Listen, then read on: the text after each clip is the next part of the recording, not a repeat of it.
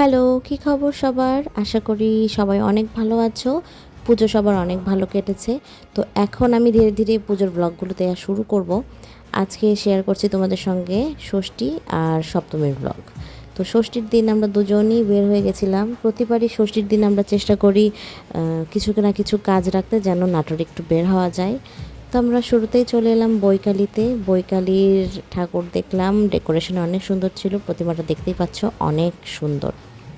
এরপর হাঁটতে হাঁটতে আমরা চলে গেলাম কাপুরিয়া পট্টির দিকে। সেখানেও তো মণ্ডপে একদম লোক নাই, শুধু নামমাত্র লোকজন। আমি আর আমার বর সুন্দর মতো ঘুরছিলাম। এখন কেন জানি অক্টোবর মাস চলে আসে, তাও শীতের কোনো নামগন্ধই শুরু হয়নি। সাথে তো বৃষ্টি ফ্রি। এইভাবেই চলছিল আসলে পুজো দেখা। প্রচণ্ড গরম ছিল, আর এত লাইটিং থাকার কারণেও মনে হয় গরমটা একটু বেশি থাকে। এই ডেকোরেশনটাও অনেক সুন্দর ছিল। চারিদিকে দুর্গা মায়ের বিভিন্ন রূপের একটা প্রতিমা করে রাখা ছিল ওই পাশটাতে। আর লাইটিংটাও অনেক সুন্দর ছিল। ওই যে ফ্যানের নিচে বসে পড়েছে, প্রচণ্ড গরম ছিল আসলে সেদিন। পুজো মানে তো ছোটোদেরই আনন্দ বেশি। তো একটা পিচ্চি নাচানাচি করছিল, আমিও ভিডিও করে নিলাম। এই প্রতিমাটা বরাবরই অনেক সুন্দর হয়, যদিও আমার একটা চালার ভিতরে সবার প্রতিমাটা বেশি পছন্দ, তারপরও এটা ভালো ছিল, আমার ভালো লেগেছে। এরপরই হাঁটতে হাঁটতে আজকের বেশি ঘুরবো না, চলে গেলাম কাপুরিয়াপট্টি কালীবাড়ি পূজা মণ্ডপের দিকে। এইখানে ঢুকে তো মাথাই নষ্ট, এত সুন্দর ডেকোরেশন। মনে হচ্ছিল যে যদি শাড়ি পরে আসতাম তাহলে ভালো হতো, ভিড় কম ছিল, অনেক সুন্দর সুন্দর ছবি তুলতে পারতাম। তো শাড়ি তো পরিনি, ভয়েই, গরমের ভয়ে শাড়ি পরিনি। দেখি সপ্তমীর দিন হয়তো পরবো। সপ্তমীর দিন পরে ফেলেছিলাম। এই যে দেখতেই পাচ্ছ, এত সুন্দর লাইটিং, আমার তো এখান থেকে যেতেই ইচ্ছে করছিল না, অনেকক্ষণ ছিলাম। আর এখানকার প্রতিমাও অন্যরকম সুন্দর। নাটোরে ভালোই পুজো হয় এবং ডেকোরেশনগুলো অনেক সুন্দর হয়। তো এটা হচ্ছে সুন্দর ডেকোরেশন হওয়া একটা। পরদিন অনেক সকাল সকাল বের হব করেও আমরা 12টার আগে বের হতে পারিনি, কারণ শাড়ি পরছিলাম, রেডি হচ্ছিলাম, তো দেরি হয়ে গেল। আমার ননদ, আমার বর, এই তিনজন মিলে আমরা বের হয়ে গেলাম সপ্তমীর দিন সকালে, যে আশেপাশের পুজো দেখব আর একটু ঘোরাঘুরি করব। এই জন্য এবার আসলে কোথাও একটু বসে পুজো দেখা বা অঞ্জলি দেওয়া সম্ভবই হয় নাই। আশা করি সামনের বার সব কিছু সুষ্ঠুভাবে হবে আর সুন্দর কাটবে দিনগুলো। এবার খুব দৌড়াদৌড়ির মধ্যে দিয়ে পূজা গেল আমার মনে হলো। তো যাই হোক, সেসব কথা তোমাদেরকে আমার শ্বশুরবাড়ি এলাকার আশেপাশে 2টা প্রতিমা দেখাই। এইখানেও বারোয়ারি পুজো আশেপাশের সবাই মিলে করে, তো বেশ ভালোই হয়। রাত্রি আড়ের দিকে আসবো না, তো সকাল সকালই তোমাদেরকে দেখিয়ে দিলাম। এখন আমরা যাচ্ছি রিক্সা করে রাজবাড়ির দিকে। রাজবাড়িতেও একদম সাবেকি পুজো হয়, মোটামুটি 2টা। তো চলো সেটা তোমাদেরকে দেখাই। তার আগেই রাস্তায় পড়ে গেল এই মন্দিরটা, আমার ঠিক মনে নাই, বলছিল রাম মন্দির। তো এখানে আমরা কিছুক্ষণ বসলাম, দেখলাম। এরপর হেঁটে হেঁটেই ভিতরে ঢুকে গেলাম। এখানে আসলে অন্যরকম ভালো লাগা কাজ করে। আমার বউ ভাতের অনুষ্ঠানগুলো এইখানেই হয়েছিল।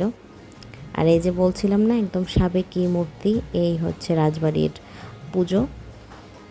এখানকার প্রতিমাগুলো আমার ভালো লাগে, এই টাইপ প্রতিমাগুলো। তো এখানে একটু আমরা বসেছিলাম, দেখতেই পাচ্ছ প্রচণ্ড রোদ ছিল, এবং সপ্তমীর দুপুরের ভোগের সব যোগাড়যন্ত্র হচ্ছিল আর কি। এই প্রতিমাটা আমার এত অসাধারণ লেগেছে। এখানে আমরা অনেক অনেক ছবি তুলেছি। আর এরপরে বের হয়ে আসলাম। এই রাজবাড়ির এই জায়গাটাতে আমার বিয়ের অনেক ছবি আছে।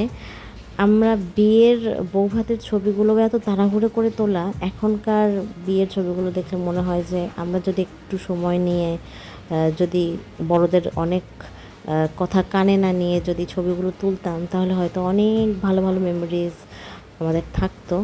তো যাই হোক, সেসব কথা বাদ থাক। এ সকল জায়গায় আসলে পুরোনো কথাগুলোই বেশি বেশি মনে হয়। এরপর আমরা যাচ্ছিলাম হচ্ছে চৌকির পাড়ের দিকে। এই পরীক্ষাগুলো আমার এত ভালো লাগে, নাটোরে এগুলো অনেক আছে আশেপাশ দিয়ে।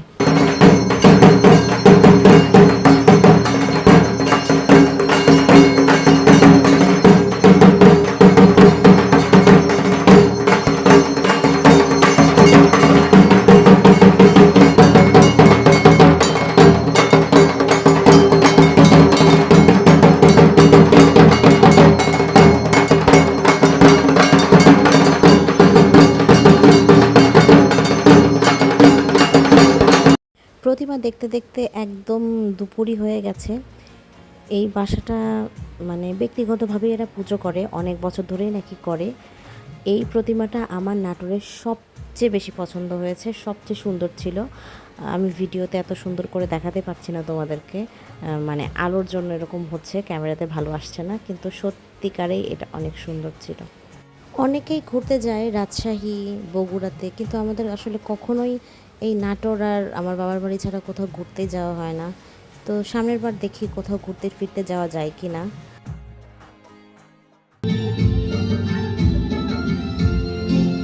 এই রোদ গরমে প্রথম পর্যায়ের ঠাকুর দেখা মোটামুটি আজকে শেষ। এরপর আমরা যে যার যার মতো বাসায় চলে যাব, রেস্ট নিব, তারপর দেখি রাতে বের হওয়া যায় কি না। পুজোর দিন যতই রোদ গরম বৃষ্টি থাক, যতগুলো কাপড় চোপড় কেনা হয়েছে সেগুলো পরে তো প্যান্ডেল হপিং করতেই হবে। তো সপ্তমীর দিন আমাদের খুব অনিচ্ছা থাকা সত্ত্বেও আমরা বের হলাম, আর আশেপাশেই ঘুরছিলাম। রিক্সা ছাড়া তো উপায় নাই, এত হাঁটা যাবে না।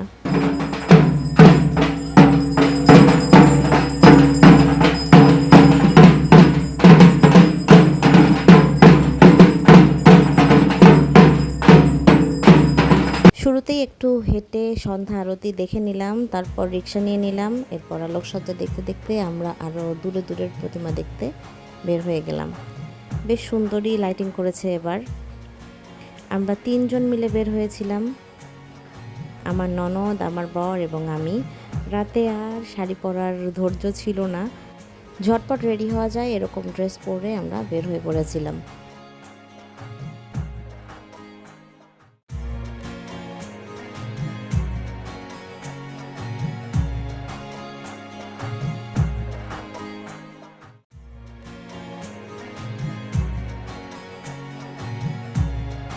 সব জায়গাতেই মোটামুটি সন্ধ্যা আরতির প্রস্তুতি চলছিল বা পূজাও হচ্ছিল। আমরা দাঁড়িয়ে দাঁড়িয়ে যতটুকু দেখা যায়, যত তাড়াতাড়ি করে সব কভার করা যায় করছিলাম। এটা হচ্ছে অন্নপূর্ণা নামের একটা ক্লাবের পুজো। তো এইখানে আগে অনেক সুন্দর করে অনেক বড় করে পুজো হতো, কিন্তু মানে কয়েক বছর ধরে দেখছি যে একটু ছোট পরিসরে পূজা হয়।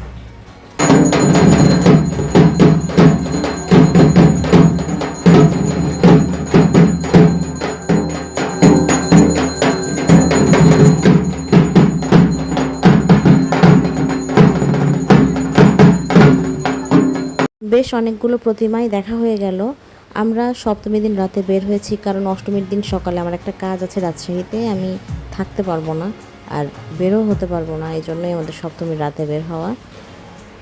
বেশ ভালোই ভিড় ছিল, আর এই জায়গাটা খুব সিম্পলের মধ্যে গর্জিয়াস একটা প্রতিমা।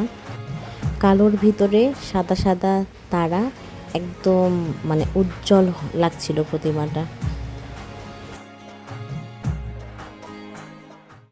রিক্সা নিলে কি হবে, সেগুলোকে অনেকটা দূরে দূরে রেখে আমাদের একটু একটু করে হাঁটতে হচ্ছিল। তো আমরা হেঁটে হেঁটে লাইটিং দেখছিলাম, এক একটার থেকে এক একটা অন্যরকম সুন্দর।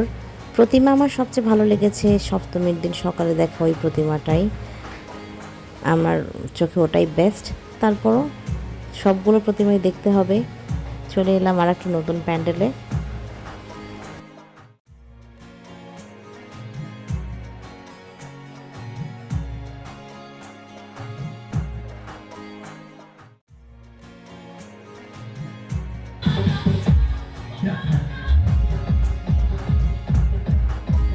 পুজোর এই দিনগুলোতে যতই সুন্দর জায়গায় প্যান্ডেল হপিং করা হোক না কেন, নিজের এলাকার পুজোর কথাই সবচেয়ে বেশি মনে হয়, এবং আমি এটা বিয়ের পর বুঝতে পারি যে আমি আমার এলাকার পুজোকে কতটা মিস করি।